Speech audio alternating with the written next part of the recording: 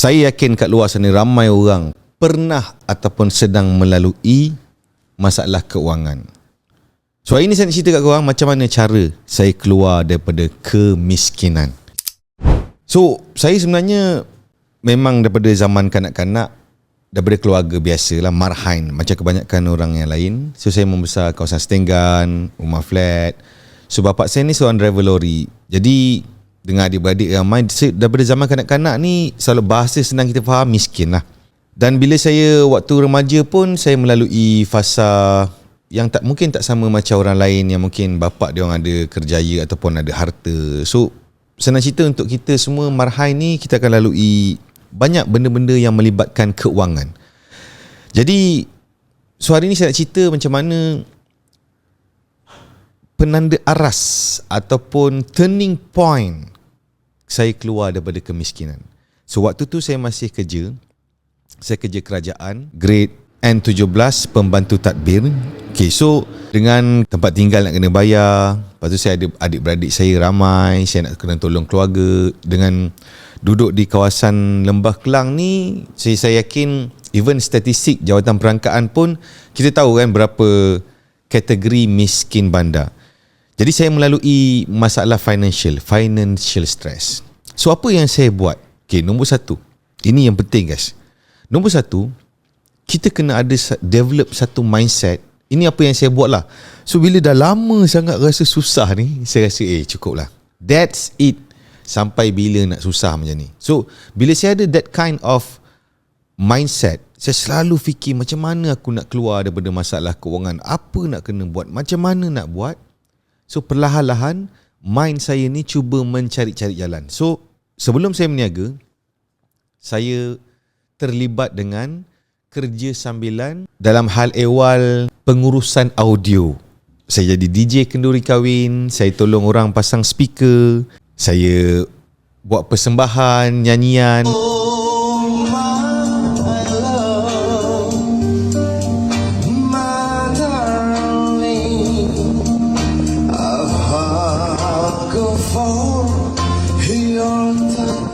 Okay, so apa yang saya boleh bagi tahu? Okay, nombor satu. So bila kita nak tambah income ni, supaya kita tak stres, yang paling bagus sekali adalah kau kena pilih apa benda yang kau suka buat. Macam saya suka muzik.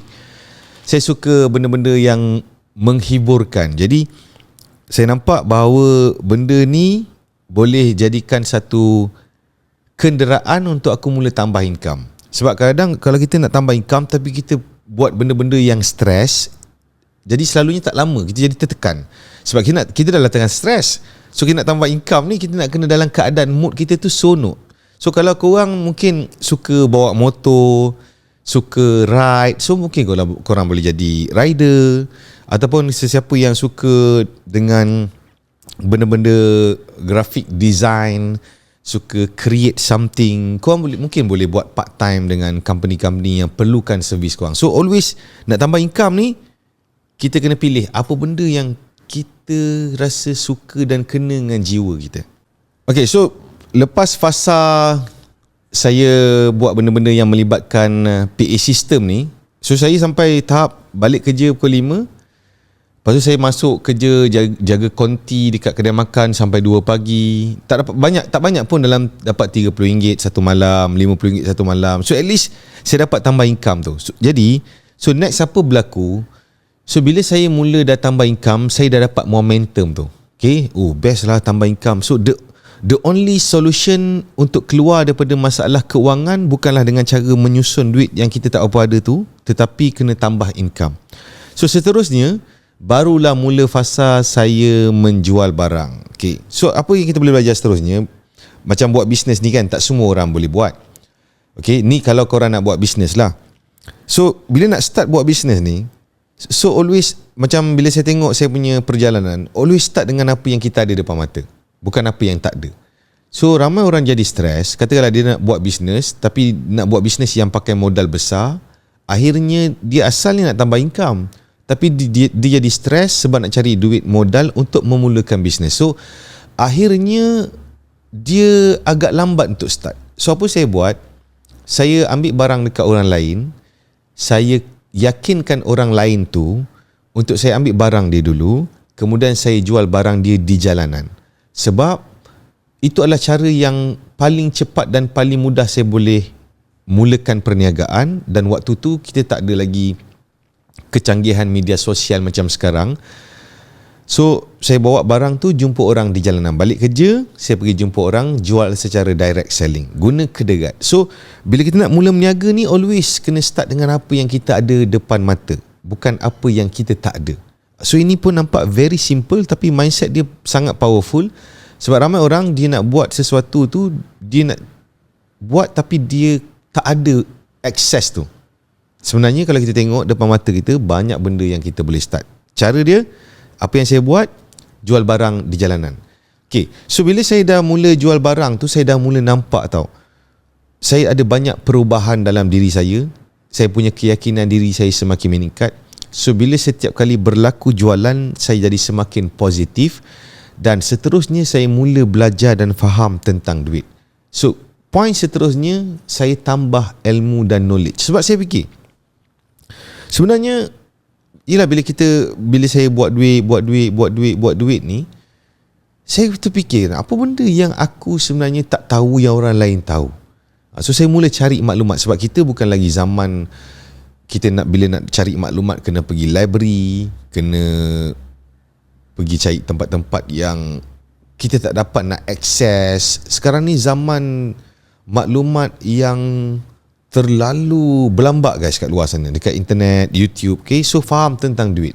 So bila kita mula faham tentang duit, bila saya mula faham tentang duit, saya mula belajar asal usul duit kertas ni macam mana, so bagaimana duit bekerja, macam mana kita nak memastikan duit yang kita ada ni boleh terus bekerja membuat lebih banyak duit untuk keluar daripada kemiskinan. Jadi apa yang saya nampak, sebenarnya nak tambah income ni ataupun nak keluar daripada kemiskinan ni, sebenarnya yang paling mustahak sekali adalah, macam saya selalu cakap, ketika kita miskin, itu adalah momen yang paling padu sekali untuk seseorang tu sebenarnya. Sebab bila dia nak cuba sesuatu, we have nothing to lose. Katakanlah kita nak cuba sesuatu untuk tambah income atau keluar daripada kemiskinan. Maksudnya kita nak tambah income. Sebenarnya kita tak payah takut banyak, sebab if anything happen, the worst case scenario paling teruk akan berlaku ialah kita kembali kepada kehidupan susah yang mana kita dah biasa. So sebab tu saya cakap, ketika kita miskin, ketika kita struggling, financial kita pun ada masalah, itulah momen paling bagus dan paling jitu sekali untuk kita explore dan cuba buat benda-benda baru. So itulah antara perkara yang saya buat sepanjang perjalanan saya keluar daripada kemiskinan. So saya harap apa yang saya kongsikan ni boleh menjadi satu mungkin guideline untuk korang yang mungkin ada masalah keuangan kat luar sana. Tetapi macam saya cakap, tak semestinya semua orang kena berniaga. So kalau kau tengah kerja makan gaji, kau kena cari jalan macam mana nak naikkan value diri kau. Sebab dalam term ekonomi ni, dia always exchange of value. So apa yang skill yang kita kena ada, katakanlah satu orang dia kerja makan gaji, so dia nak naik gaji. So dulu dia boleh cakap satu bahasa, disebabkan dia nak naikkan value diri dia, maka dia belajar untuk bertutur dalam bahasa lain. So dulu dia boleh cakap satu bahasa, sekarang dia dah boleh bertutur dalam 2 bahasa, 3 bahasa, 4 bahasa. Ataupun sebelum ni dia tak pandai pasal komputer, tetapi dia cari ilmu, pergi belajar, sekarang dia dah pandai pasal komputer. So value diri dia naik. Jadi kata kunci dia ialah, untuk kita menaikkan value diri kita, kita kena tambah ilmu. So dan zaman sekarang ni adalah zaman yang terlalu banyak ilmu kat luar sana. Bagi saya, sesiapa yang tak tahu satu benda, dia bukan lagi ada masalah nak dapatkan maklumat, tetapi mungkin selalunya dia ada masalah malas untuk belajar. So kalau korang malas, tak ada siapa boleh tolong guys. Bagi saya, now waktu sekarang ni adalah waktu paling senang sekali nak menang, paling senang sekali nak buat macam-macam benda, sebab kita ada terlalu banyak maklumat dan terlalu banyak akses terhadap banyak perkara. So korang betulkan sikit mindset, Lepas tu tengok environment korang ni, setiap hari korang bergaul dengan siapa. So ini pun main peranan penting. Sebab kalau kau lepak dengan kawan-kawan yang banyak komplain, yang selalu buat sikit satu benda rasa mustahil, kejap-kejap give up, so kau pun tak lama nanti akan rasa macam tu. Okay, so itu antara benda yang saya boleh kongsikan, cara-cara macam mana saya keluar daripada kemiskinan. Semoga bermanfaat. Kalau kau rasa ada value dalam video ni, jangan lupa subscribe saya punya YouTube channel ataupun media sosial yang lain untuk lebih banyak info di masa akan datang. Azzy Walter, banyak sampai lunyai.